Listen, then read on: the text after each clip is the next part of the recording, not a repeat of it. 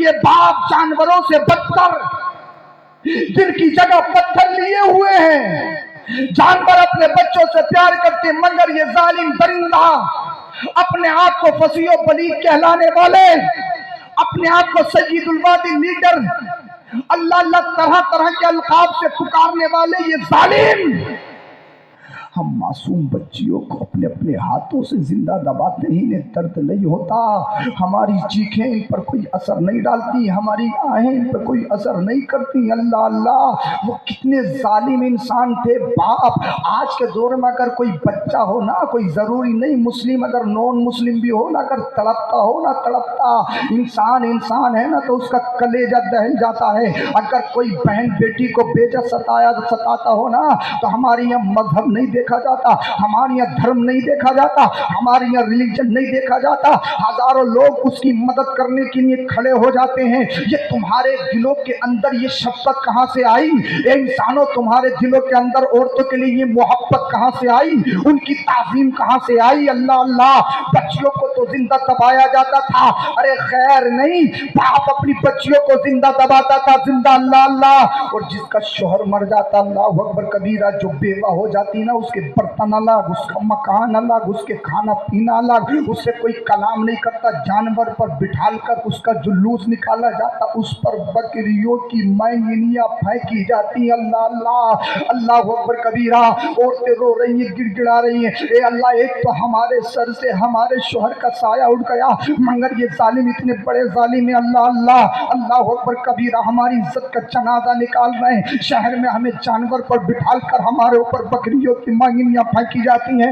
اے اللہ، تو نے مقدر کیا ہمارا شوہر اس دنیا سے چھوڑ کے چلا گیا، ہماری دنیا ختم ہو گئی، ہمارا سکون ختم ہو گیا، مگر یہ ظالم، اللہ اللہ، یہ پرندے کتنے بڑے پرندے ہیں، ہمارا مکان الگ ہے، ہمارے کھانے پینے کے برتن الگ ہیں، اے اللہ، ہم کہاں جائیں؟ کون سی عدالت میں جائیں؟ ہم عیسائیت میں جائیں؟ ہم یہودیت میں جائیں؟ ہم کسے پکاریں جہاں ہمارا انصاف ہو سکے؟ ہم کون سی عدالت میں جائیں جہاں ہمارا مقدمہ لڑا جا سکے؟ اے اللہ، ہم کس جج کے پاس جائیں جو ہمارے حق میں فیصلہ ہو؟ اللہ اللہ، بچیاں رو رہی ہیں، گڑ گڑا رہی ہیں، تڑپ رہی ہیں، اے اللہ، کوئی تو ایسا بھیج دے جو ہمیں زندگی دلا دے، اے اللہ، کوئی تو ایسا بھیج دے جو ہمارے ناموں سے نحوست کے دھبے کو ختم کر دے، اے اللہ، کوئی تو ایسا بھیج دے جو ہمیں زندگی دلوا دے، جو ہمیں عزت دلوا دے، جو ہمیں مقام دلوا دے، جو ہمیں مرتبہ دلوا دے۔ غلام تڑپ رہے ہیں، اے اللہ، تو نے غریب بنایا، مگر یہ ظالم ہمارا سودا کرتے ہیں،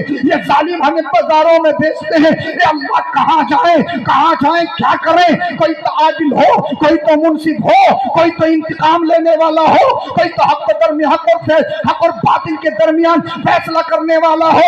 اللہ اللہ، جب غلام روئے، بچیوں نے گڑ گڑانا شروع کیا، بیواؤں نے اپنے دامن کو پھیلایا، جب انہوں نے دعائیں کی تو ان کی دعائیں مکہ سے نکل کر باب اجابت سے جا کے ٹکراتی ہیں۔ غیب سے آواز آئی، بچیوں رونے کی ضرورت نہیں، بیواؤں رونے کی ضرورت نہیں، انسانوں غلاموں اب تمہیں بلکنے کی ضرورت نہیں ہے، تمہیں اور ساری کائنات کو انصاف دلانے کے لیے آمینہ کا لال آ رہا ہے، محمد رسول اللہ تشریف لا رہے۔ نعرہ تکبیر، نعرہ رسالت، نعرہ غوثیت، مسلک اعلیٰ حضرت جشن عید میلاد النبی، سرکار کی آمد، سرکار کی آمد، سردار کی آمد، نعرہ تکبیر۔ اب غریبوں، تمہیں رونے کی ضرورت نہیں، تمہیں روزی کی وجہ سے پریشان ہونے کی ضرورت نہیں، یہ مت سمجھنا ہم غریب ہیں،